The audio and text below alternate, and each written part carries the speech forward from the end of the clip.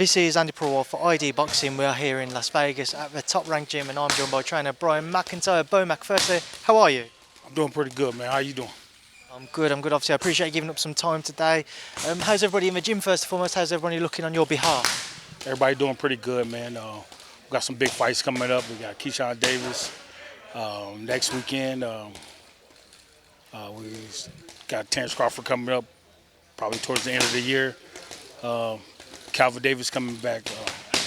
Great crop of kids, coming out of Nebraska. We're looking real good. Keyshawn Davis is somebody who's excited a lot of people, Brian, for yourself and being able to work from him from such an early start in his career. When you look at him, when you see him in the gym, what excites you the most about him? I love Keyshawn's his boxing IQ. He got a great boxing IQ coming out of the Olympics, hundreds of amateur fights. Keyshawn don't need a whole bunch of coaching. He just needs to stay in between the lines because he's going to get the job done. How's Maurice doing?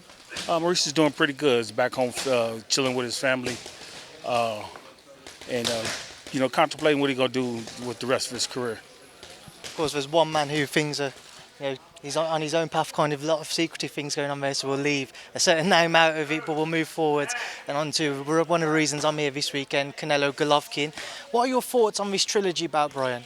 I believe that it's going to be a great fight, being that Canelo's coming off a loss and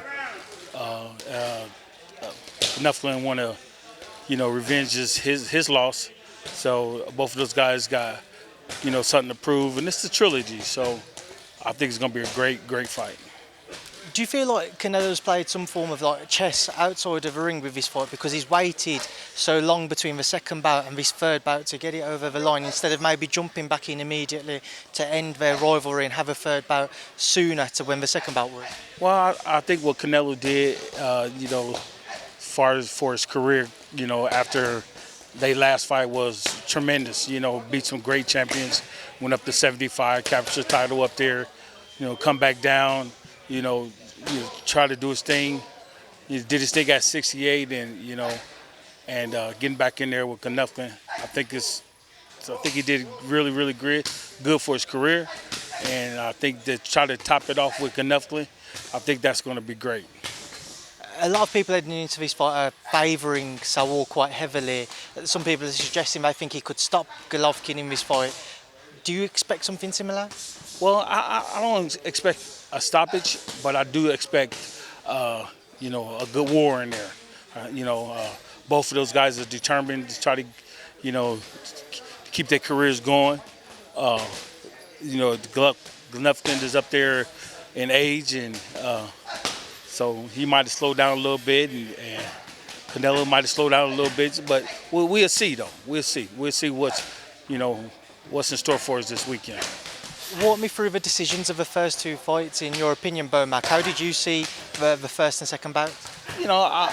My opinion that the Triple G won that first fight, and then that second fight, of course, Canelo won, and this third fight should, top it off. Canelo's coming in on the back of a loss. Golovkin coming, he'll feel like he won at least one of those two fights. As you mentioned, you felt he won the first one. Who is more motivated here, in your opinion? As far as motivation goes, I think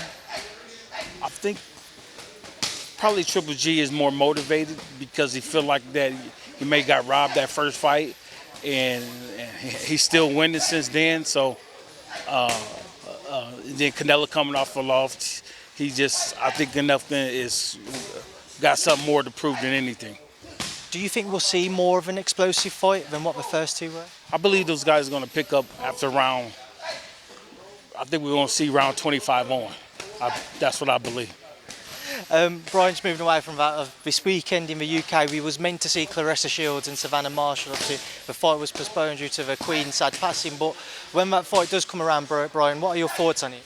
Man, that's going to be a great fight, man. Of course, I'm pulling for Claressa to bring it back to the USA.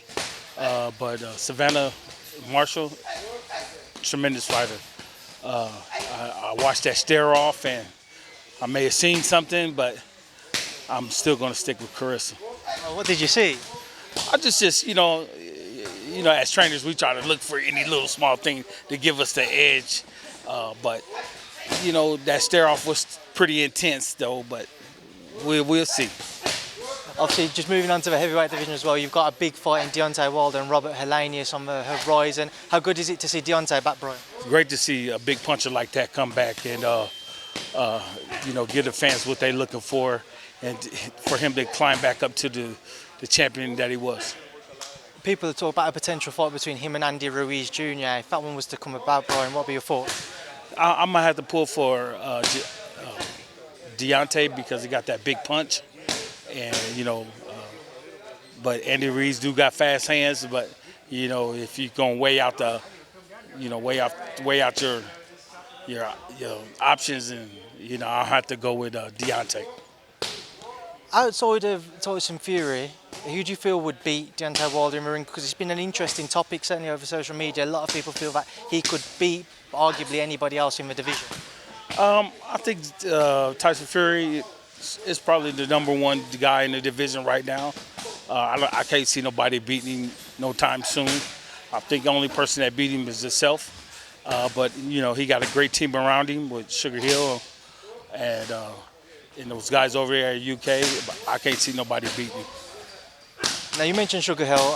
I have a friend, somebody who's just started in the pro ranks, Ben Whittaker, who came and spent some time with you before he went to train with Sugar. Can you just reflect on working with Ben and what you saw in him and his qualities? I believe that kid is going to be a world champion sometime soon. Great talent, great range, damn good boxer. It was an honor just to work with a kid that he would even think about coming over here and train with us. So, I got high hopes for him and Sugar Hill. What was most impressive about him? I think the most impressive thing about him is that for somebody his size and weight, he could easily fill out as a cruiserweight. But fighting at 68, I think he's gonna be all right. I think he's gonna be a champion in the next 2 years.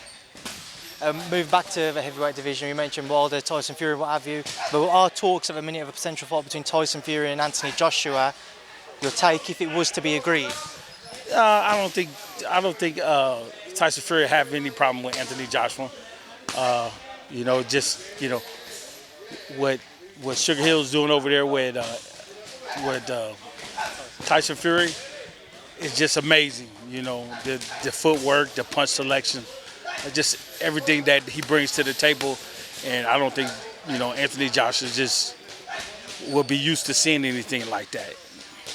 There's a lot of people after AJ's defeat to Alexander Usyk in the rematch who felt maybe he should take a little break before getting back into the ring. Do you think that would be wise for him, or do you think he should look to maybe fight somebody like a Robert Helenius, like Deontay Wilder is, who's just below that kind of world level, get his confidence back and then move back into the top of the division? I think he probably should take a little time off or just, spend a little bit more time in the gym. Not just stay away from the gym, just stay away from competition for a minute or two, and then take on guys like that, a B-level type of fighter, then to work his way back up to where he once was. And final one, just because I know you're a busy man usually in fight week, so we don't get a chance to speak to you. If it does come about, Fury Usyk, your thoughts on undisputed heavyweight championship? Fury Usyk, I still got to go with Tyson, man. Tyson is just some unbelievable size, range, good boxing skills. And the most important thing, he had fun in there while he's doing it. So, not to take nothing away from Usyk, I'm just gonna lean towards, Tyson Fury. Perfect, Brian. Listen, I appreciate your time now. Let's get back to your guys. Thank you for speaking to me. All right, no problem, man.